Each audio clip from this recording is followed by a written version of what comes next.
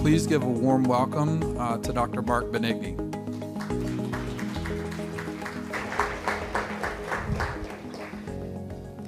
Thank you so much. I really appreciate the opportunity to speak with all of you today, and I hope you've had a wonderful conference.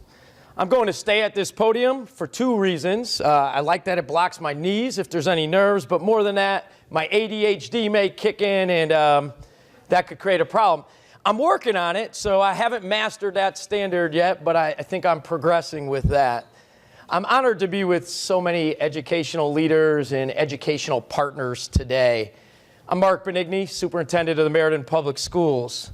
My objective today is to show how all the products, the resources, and the collective wisdom can help a school district look beyond the bandwidth and barriers to ensure success for all students.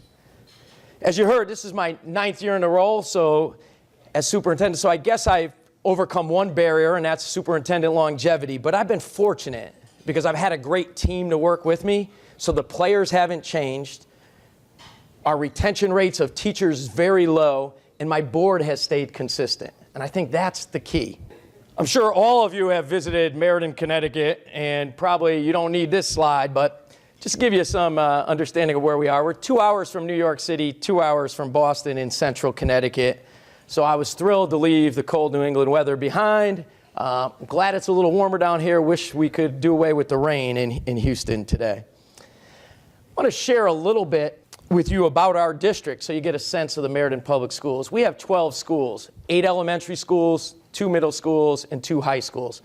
We also have 3 programs. We have the Venture Academy, which is our in-district outplacement program. It's for students receiving special education services. One of our newest programs is the Success Academy, and that program is designed for students who are overaged and undercredited. And it's really our last opportunity to get them that high school diploma that we know is so important. Then we have a College and Career Readiness Center where we do all of our adult education programming. We have 8,600 students. 71% of those students are from minority backgrounds, primarily Hispanic. 74% of our students qualify for free or reduced price meals. However, we now provide universal free grab-and-go breakfast and universal free lunch. So I applaud Senator Stevenson for his leadership and efforts around that endeavor as well. We also have a budget of $114 million. And when you talk about the work you're doing, everyone assumes that the money's just rolling in. Well, the truth of the matter is we haven't received a real local increase in 9 years that I've been superintendent. So no increased municipal funding. The state has been helpful, and you'll hear as I present some of the foundations that have also chipped in. So here is my reason for going across the I-beam.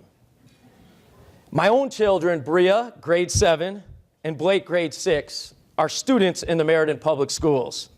What I want for them, I want for all students, especially those who may not have the support at home. I was lucky. Even though my family had very limited means, neither of my parents attended college. They knew that public education could open up the doors of opportunity for me and my brothers. They encouraged us, they supported us, and they believed in us. So how will public education ensure success for all our students? We need a new model, and it certainly can't be this way. The factory model does not work for today's learners. Our students need to be able to communicate, collaborate, and create. The days of teachers directing all of the learning are over. Today's best teachers guide and facilitate. We need our learning environments to support student-centered approaches.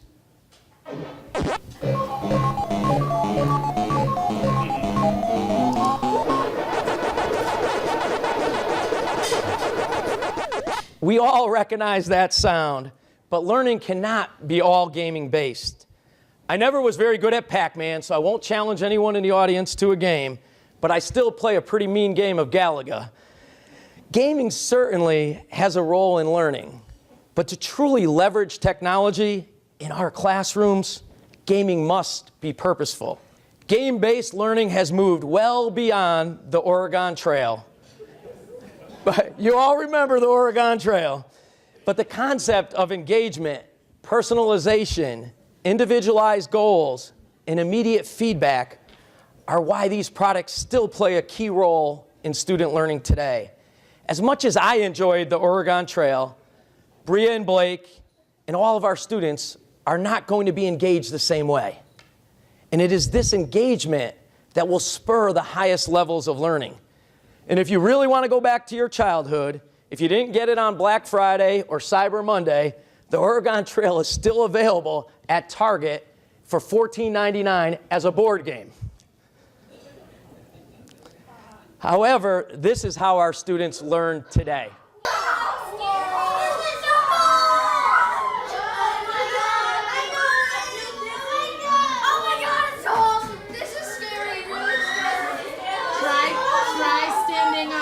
Try standing up.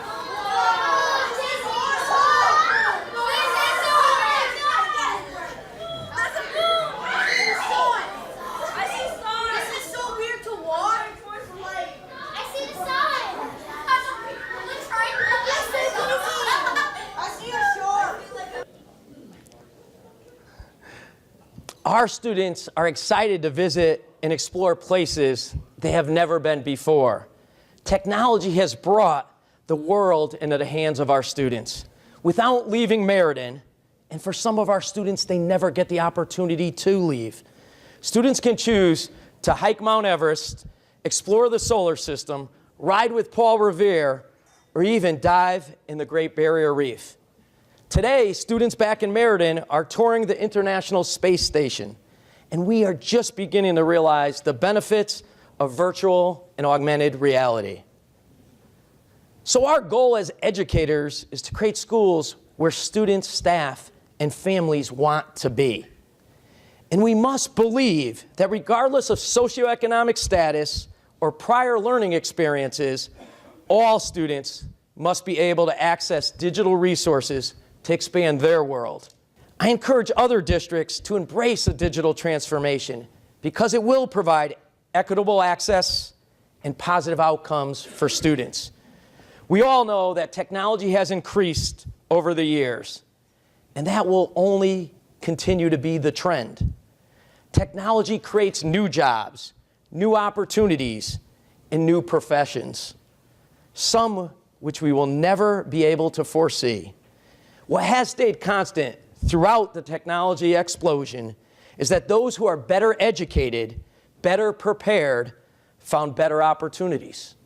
So our job, our responsibility, is to encourage education and digital learning more now than ever before, because we know it will level the playing field for students.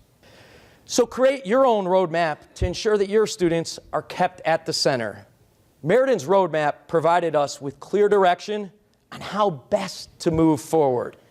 We started by collapsing academic levels because we knew our lower level classes were not preparing students for college and career success.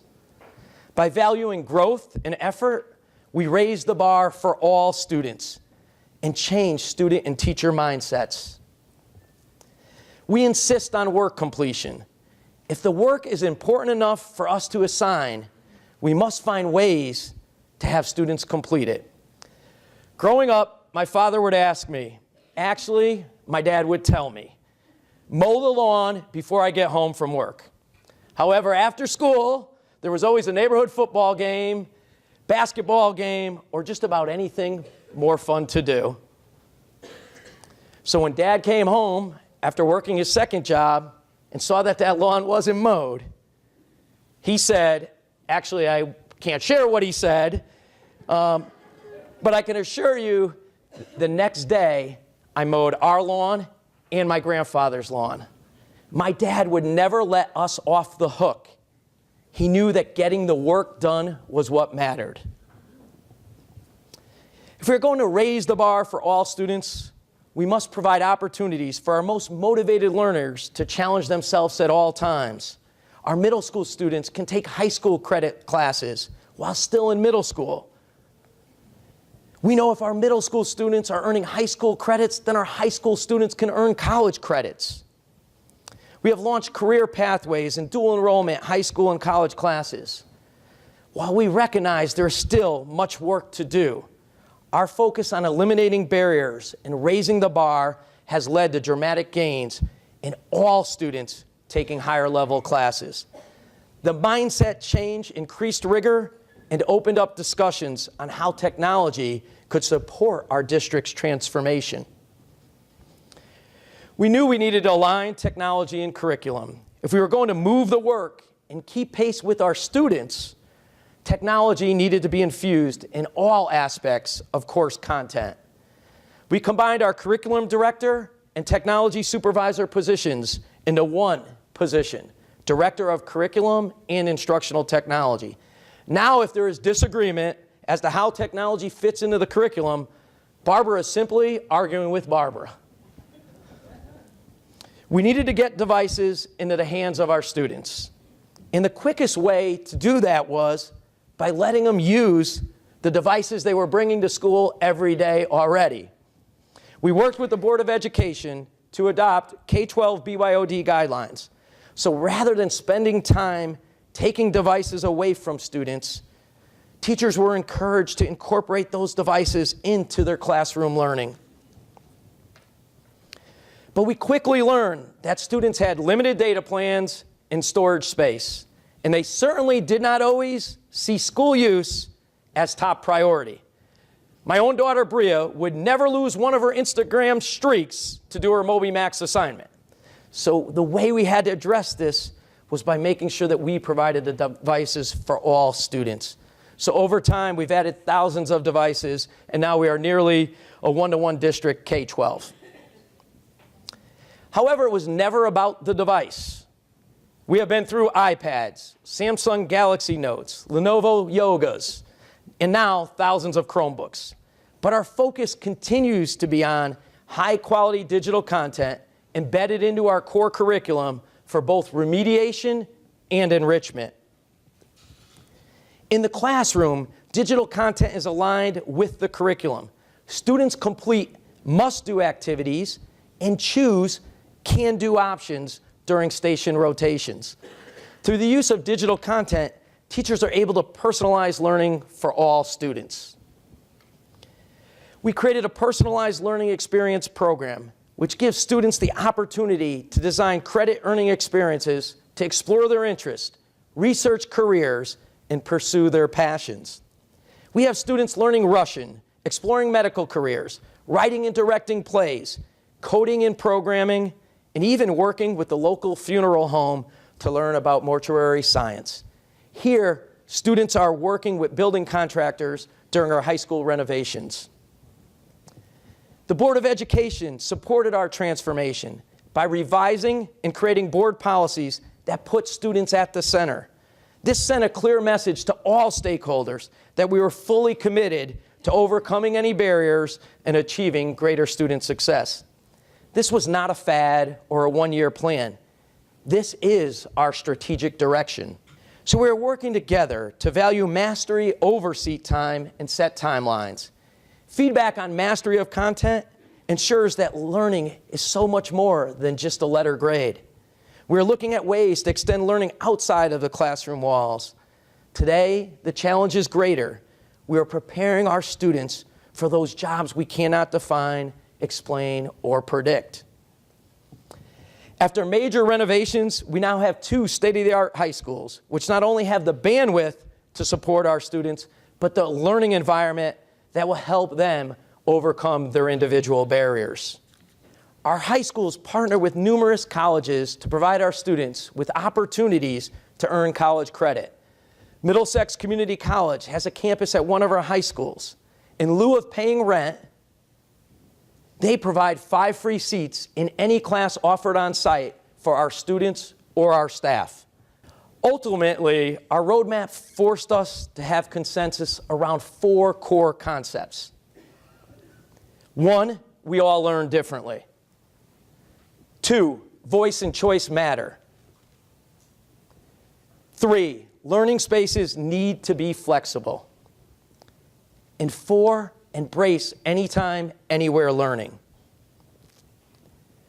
With our roadmap as our guide and agreement on our 4 core concepts, we were ready to move forward with our digital transformation. Let me share how we address the specific bandwidth and common barriers that could have derailed us from ensuring student success. To reiterate funds, we increased bandwidth to all schools to 10 gig connectivity, upgraded network infrastructure, replaced old hardware, and added new access points in all classrooms. So how can a district overcome the barriers? First, know that it is affordable. Second, recognize the importance of building staff capacity. Third, garner stakeholder support. And fourth, let the student results speak for themselves. The first thing we did was reallocate existing resources. Next, we sought out partnerships with regional and national foundations. Whenever we look to foundations for support, we want to be sure their funding is aligned to our vision and our core work, and that funding is in place for multiple years. Nellie Mae Education Foundation, Dalio Foundation Rise Network, and the Wallace Foundation are three of our large funders who all have invested for the long haul in our students and schools. To build staff capacity, we offer tiered, embedded, and online professional learning opportunities. Our student-centered learning coaches and technology integration specialists, all who are Meriden Public School teachers themselves, work side by side with classroom teachers. All staff have voice and choice in their professional learning. They are encouraged to take risk because we know that risk could be what leads to our next big innovation. Our staff engaged in Redbird Online Professional Learning to complete a digital introduction to blended learning course. Administrators and teachers participated in this self-paced, multimodal experience so they could see firsthand how their students were learning. Our I'm Charged initiative recognizes teachers who are leading this digital movement. Their classroom become models for others to visit and learn from. When our teachers learn, our students learn. Investing in the professional learning of your staff will pay dividends for your students. And the bottom line, our staff retention rates continue to outpace state and national averages. The consistency in staff has allowed us to quickly build capacity and sustain our growth. Overcoming potential barriers for your community stakeholders requires open communication, transparency, and opportunities for them to see the changes occurring in our schools. We do this through parent learning walks, community learning walks, staff and student presentations, and by writing numerous articles about our district's work. Our best advocates are always our students. We use this potential barrier to our advantage as community members have become ambassadors for our schools. I would like to share a quote from the director of Children's First Initiative, Paul Vivian, after he participated in a community learning walk.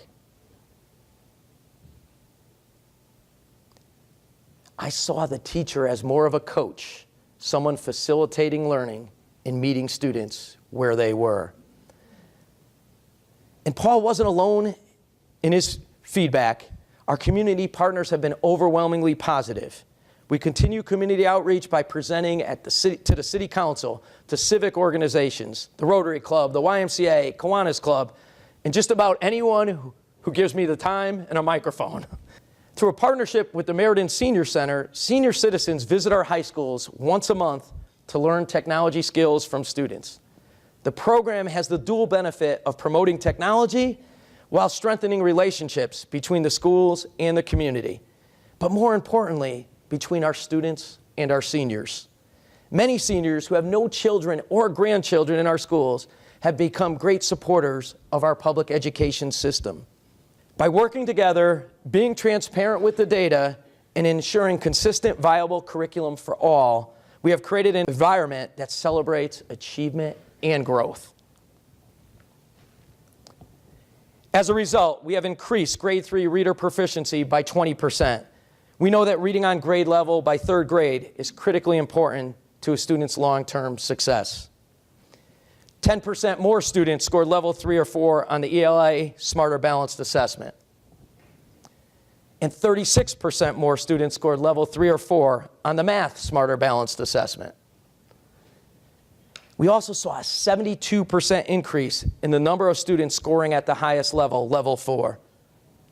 Over 700 students received recognition certificates in the mail for their achievement. Facebook and Instagram posts of their children holding those certificates show that our families are proud of their children as well. SBAC subgroup data documents that we're making strong gains with all students and closing the achievement and opportunity gaps for our Black and Hispanic students. Last year, 96% of our grade 9 students were on track to graduate in 4 years, our highest percentage ever. These students participated in one-to-one conferences with a teacher 4 times a year. With the ability to monitor student progress on user-friendly data dashboards, staff and students meet to review attendance, behavior, academic data. All of this allows students to set their own measurable goals for each quarter. This is where we see the successful convergence of technology and human interaction. We saw a 23% decrease in chronic absenteeism. What matters most is that our students are in class and learning. Through our restorative practices, we have seen dramatic decreases in suspensions and expulsions. We have also worked closely with our unions on embracing social emotional learning. We have an online climate suite of tools that features climate and getting to know you surveys, as well as MPS Cares. MPS Cares is our online portal that students use to reach out for support anytime and anywhere. Trigger emails alert appropriate personnel to a student in crisis so they can proactively intervene and support the student. If students are in class and learning, students are on track to graduate in 4 years, students are reading at grade level in 3rd grade, you'll see your graduation rates increase as well. If we recognize that we all learn differently, that voice and choice matters, we create those flexible learning environments, and we embrace anytime, anywhere learning, our students can make it happen.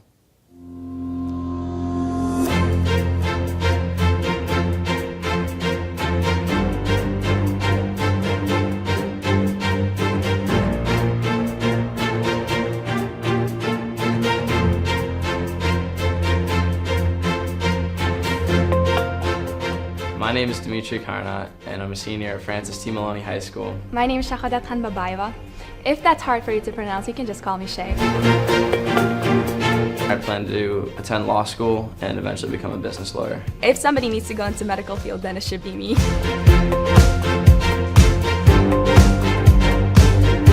Throughout the years, I've taken an AP government class, a law class, an economics class, multiple business classes that all lead into what I plan to pursue in the future. Taking my careers class was a challenge for me. It wasn't easy, but the results were definitely worth it. I was able to get my CNA license. All these skills I learned in that class helped me to be successful in my job. Are you excited, Joe? Yeah. Through this ECE chemistry class, I can get UConn credit, but after taking it at Platt High School, I'm definitely gonna be way more ready. ECE is early college experience. It's run through the University of Connecticut. Basically what it does, it allows these kids to earn up to 3 credits for college per course. They automatically go towards their UConn degree if they go there. They also transfer to many different universities throughout the state. When they start with a 20% and don't know anything, and then within 3 or 4 months earn a certificate, it's an amazing feeling to see them go, I did this. It's like, yeah, you did it. You did it. Not me, you.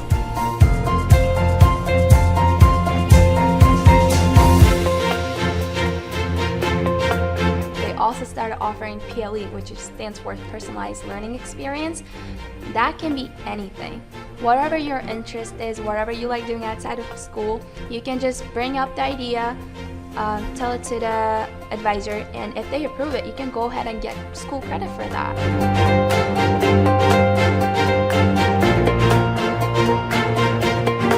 I worked one-on-one with students, and we collaborated on lesson plans and activities that were student-centered learning based to put the voice back in the students' hands. If they're interested in it, they do it. It's also interesting for me to say, oh, God, you would choose to do that over this? That wouldn't be my choice. so I'm not forcing my choices on them. They get to choose, and they seem to be more engaged that way. So when I found about this PLE opportunity, I decided to do it in Russian. And I think it's a great accomplishment to be able to speak a language, because not only it helps me interact with people in different languages, but it helps me understand different cultures, to see things from different perspectives. Программы, она не постеснялась признаться о том, что все ее детство прошло с приемными родителями. Alongside the classes that they offer, there's clubs after school such as DECA, Youth in Government, the Athletic Leadership Club. DECA stands for the Distributive Educational Clubs of America, and I've expanded on the things that I've learned in the classroom and brought them to the DECA competitions with me. Traveling to many different places that I haven't seen before and getting to compete on a national and international level against some of the smartest and brightest kids in the world has been truly amazing. One of the clubs that I really am happy to be involved with is Youth in Government. Through that club, I was able to see myself as someone that could debate, that could speak her thought. If you think you can do it, do it. There's so many opportunities. All you have to do is just grab onto the opportunities and use them. That's all. If I want something to happen, I can make it happen.